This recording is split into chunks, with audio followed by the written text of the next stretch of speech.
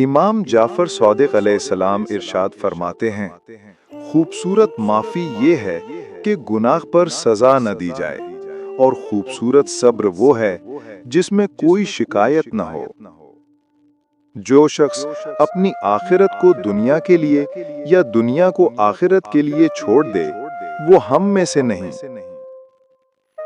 جو اپنے اہل خانہ کی کفالت کے لیے محنت کرتا ہے، وہ خدا کی راہ میں جہاد کرنے والے کی مانند ہے۔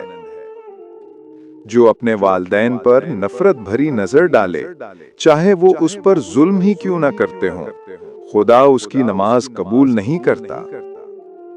سب سے پسندیدہ صدقہ یہ ہے کہ لوگوں کے درمیان صلح کرو جب وہ لڑ پڑیں، اور قریب کرو جب وہ دور ہو جائیں۔ جو شخص خدا کو سب سے بہتر پہچانتا ہے، وہی خدا کے فیصلے پر سب سے زیادہ راضی رہتا ہے۔ خدا سے ڈرو، ایک دوسرے کے ساتھ نیکی کرو، محبت رکھو، رحم دل بنو۔ مومن میں یہ 6 چیزیں نہیں ہوتی: سختی، ضد، حسد، جھگڑا، جھوٹ اور ظلم۔ تم مومن نہیں بن سکتے جب تک کہ مصیبت کو نعمت اور آسائش کو آزمائش نہ سمجھو۔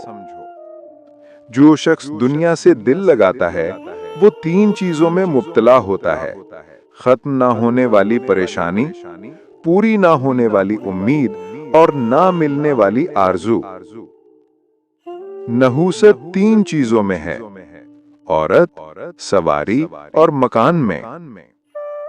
شیطان کا سب سے قوی لشکر عورتیں اور غصہ ہیں۔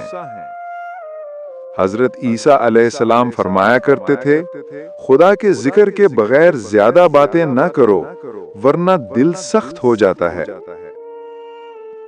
جب کسی جنازے کے ساتھ چلو تو یوں سمجھو جیسے تم خود اٹھائے جا رہے ہو۔ مومن بندہ جب کہتا ہے، اے پروردگار رزق عطا فرما، اور خدا جانتا ہے کہ رزق اسے گمراہ کرے گا، تو خدا اس سے وہ رزق روک لیتا ہے۔